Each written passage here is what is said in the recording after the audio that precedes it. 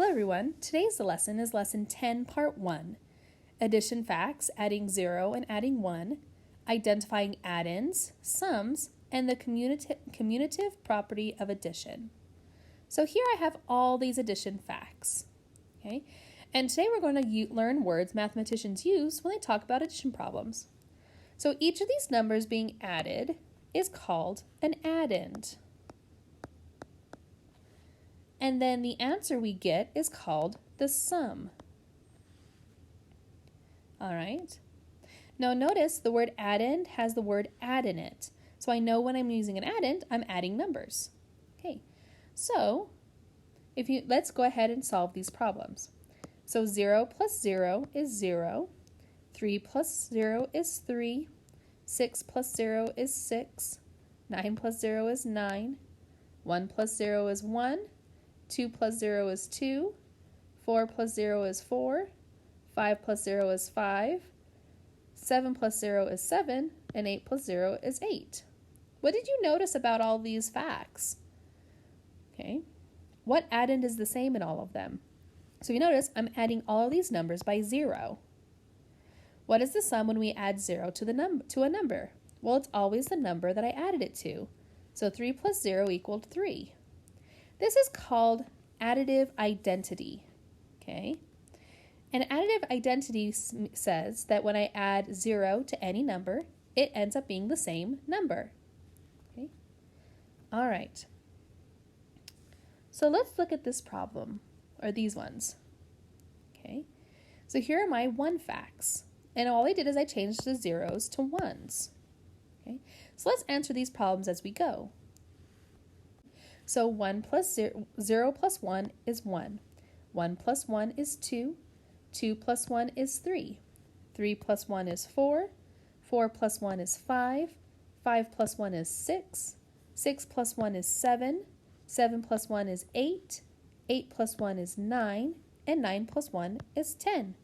What did you notice about this one? What is the sum when I add 1 to the number? Well, it's 1 more than the number I started with. I go 3 and then 4. Okay. All right. So here I have 2 problems.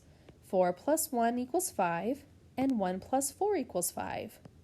How are these problems the same?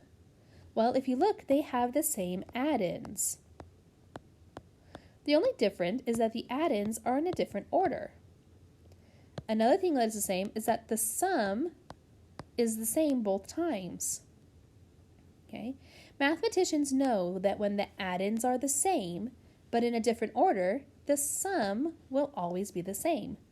They have a special term for this. They call it the commutative property of addition. Okay. All right. So these 2 numbers also have the commutative property. You may notice on these problems, I have just switched the addends. Okay. I have a 3 plus 1 or a 1 plus 3. So the answers to these should be the same. So it's 3 plus 1. 3 plus 1 is 4. Well, what's 1 plus 3? 1 plus 3 is 4. So we can see that this property works. All right. So for the second part of this lesson, we're going to work on problem-solving strategies. So the one we're going to work on is using logical reasoning to solve a problem, and solve a problem by acting it out. So here we have Maria, Jose, and Zania are standing in line at the door. Jose is last, and Maria is not first. Show who is second in line. Okay, so let's act this out. And I'm going to do it by drawing a picture.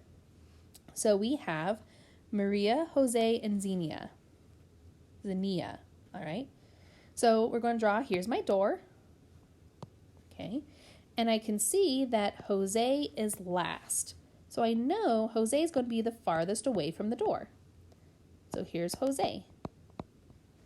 And then it says Maria is not first. So since Maria is not first, I know that Zania must be first.